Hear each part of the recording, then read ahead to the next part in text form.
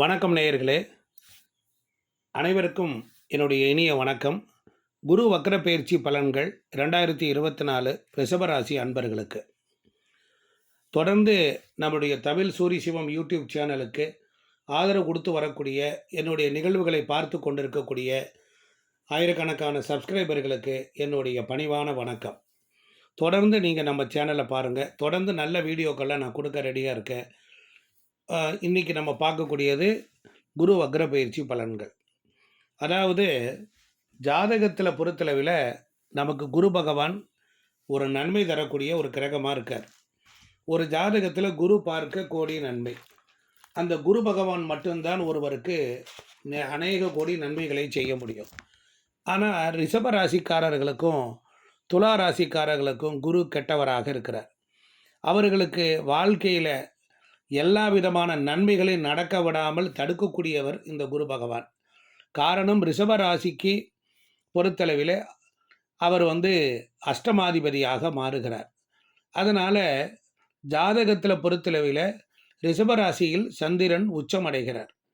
அப்போ ரிஷபராசிக்காரர்கள் அழகாக இருப்பார்கள், மென்மையானவர்கள், பிறருக்கு உதவும் எண்ணம் உள்ளவராக இருப்பார்கள்.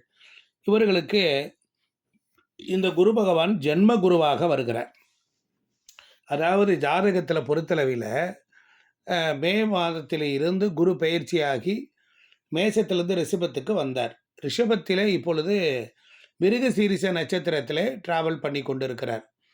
அப்போ இந்த குரு பகவான் பொறுத்தளவில் ஜென்ம குருவாக இருந்து ரிஷபராசிக்காரர்களுக்கு பலவிதமான துன்பங்களை கொடுத்து கொண்டிருக்கிறார். தற்பொழுது இந்த குரு வக்ரமாகிறார். அக்டோபர் மாதம் 9ஆம் தேதி 2024 முதல் பிப்ரவரி மாதம் 4ஆம் தேதி 2025 வரை கிட்டத்தட்ட இந்த 3 மாதங்கள் 26 நாட்கள் அவருடைய வக்ரம். அதனால் இந்த குரு வக்ரம் அடைந்தால் இந்த ஜாதகருக்கு, இந்த ரிஷபராசிக்காரங்களுக்கு நன்மை உண்டாகும். ஏன், கெட்டவன் கெட்டிடில் கெட்டிடும் ராஜயோகம். அதாவது ஒரு வாழ்க்கையில் ஒரு மனிதனுக்கு கோச்சாரம் என்பது ஒரு பொதுவான பலனை தரக்கூடியது. அவரவர்களுடைய சுய ஜாதகம்தான் அவர்களுக்கு நன்மையை தரும். பொதுவாக இந்த குரு வக்ரம் அப்படின்னா என்ன அர்த்தம்? அதாவது சூரியனுடைய பாதையில், சூரியன் அருகே 7 ராசிகளுக்குள்ள இந்த எங்கு அமர்ந்தாலும் குரு இந்த கிரகங்கள் வரக்கூடிய நீள்வட்ட பாதையில் விளிம்புகளில் சுற்றி இருக்கக்கூடிய வரும்பொழுது சூரியனுடைய கதிர்வீச்சானது சற்று விடுபட்டு தனது சுழற்சி வேகம் குறைந்து கிரகங்கள் வக்ரத்தன்மையை அடையும். இதுதான் வக்ர நிலை. அதனால் குரு வக்ரம்னா இயல்புக்கு மாறிய ஒரு கிரக நிலை. ரிஷபராசிக்கு கெட்டவராக இருக்கார். அவர் வக்ரம் அடையும் பொழுது என்ன ஆகும்னா எதிர்மறையான பலனை தருவார். அப்போ நல்ல பலனை தராதவர் இதுவரையிலும் இனிமேல் நல்ல பலன்களை தருவார். அதாவது கெட்டவர் ரிவர்ஸில் போகும்போது ஆண்டி கிளாக் வைஸில் போகும்போது நல்ல பலன்களை அவர் தரணும். அதனால் இந்த குரு பகவான் பொறுத்தளவில் செல்வத்துக்கும் அறிவுக்கும் புத்திக்கும் ஞானத்துக்கும் அதிபதியாக இருக்கிறார். மதிப்பு மரியாதைகளை கொடுக்குறவராக இருக்கார். பெரும் பணம் நகைகளை கொடுக்கக்கூடியவராக இருக்கார். குழந்தைகளுக்கு கொடுக்கக்கூடியவராக இருக்கார்.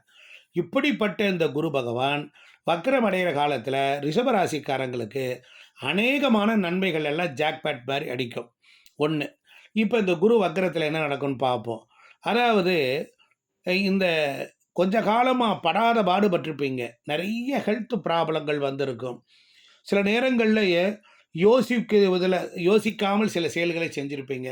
அதாவது இந்த ப்ரெசன்ஸ் ஆஃப் மைண்ட் அப்படிங்கிற தன்மையை இழந்திருப்பீங்க. அதாவது அறிவை சரியான முறையில் பயன்படுத்த முடியாத சமயோஜித புத்தி வேலை செய்யாமல் உங்களுக்கு கெடுதல்களை தந்திருக்கும். சரி, இப்போ வக்ரமாகும்போது எப்படி இருக்கும்?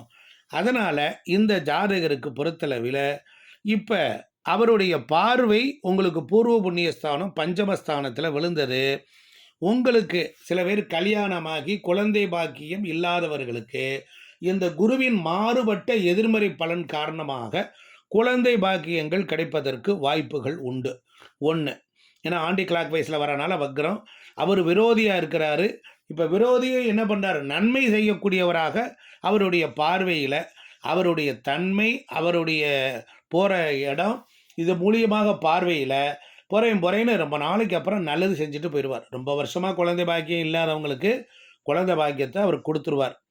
ஆகாத குரு பகவான் ஒருத்தருக்கு ஒரு 10 வருஷமாக வரனே இல்லை. எல்லாம் பார்த்தாச்சு, பிறந்த ஜாதகம் பார்த்தாச்சு, கல்யாணமே ஆகலை, எல்லாம் தட்டி தட்டி போய்கிட்டு இருக்கு. என்னென்ன கோயிலெலாம் பரிகாரம் பண்ணிட்டோம். ஆனால் இப்போ இந்த குரு வக்ர காலத்தில் 10 வருஷமாக வரன் தேடிக்கிட்டு இருந்தவங்களுக்கு கல்யாணத்தை படுத்திடுவார். முதல்ல 5ஆம் பார்வையினால் கெடுத்துக்கிட்டு இருந்ததுக்கு வக்ர காலத்தில் புத்திர பாக்கியத்தை கொடுக்குறார். பூர்வ புண்ணியத்தில் இருக்கக்கூடிய சொத்து சுகங்களை நல்லது செஞ்சிடுறார். 7ஆம் பார்வையாக திருமணத்திற்கு உள்ளவர்களுக்கு திருமணத்தை நடத்திடுறார்.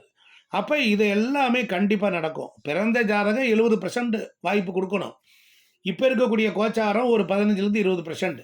ஆக இந்த காலகட்டம் ரொம்ப நாளைக்கு அப்புறம் ஒரு கோல்டன் ஆப்பர்ச்சுனிட்டியாக, ஒரு கோல்டன் பீரியடாக அது செயல்படும். சரி, இப்போ 5ஆம் இடம் என்பது புத்திர பாக்கியத்தையும் பூர்வ புண்ணியத்தையும் இருக்கும். பல பேருக்கு கோர்ட்டு கேஸு வம்பு வழக்கு எதுவுமே விடியாமல் இருந்தவங்களுக்கெல்லாம் இந்த குருவினுடைய வக்ர காலத்தில் அவருடைய பார்வையினால் நன்மையே நடக்க ஆரம்பிச்சிடும். ஒன்று, இது 100% உண்மை. அதே போல் 7ஆம் இடத்தை விருச்சிக ராசியை பார்க்குறனால ரிஷபத்தில் சந்திரன் உச்சம், விருச்சிகத்தில் சந்திரன் நீச்சம். அதனால் என்னாகும், நிறைய பேருக்கு திருமணம் நடக்கும், திருமணம் வலுப்பெறும்.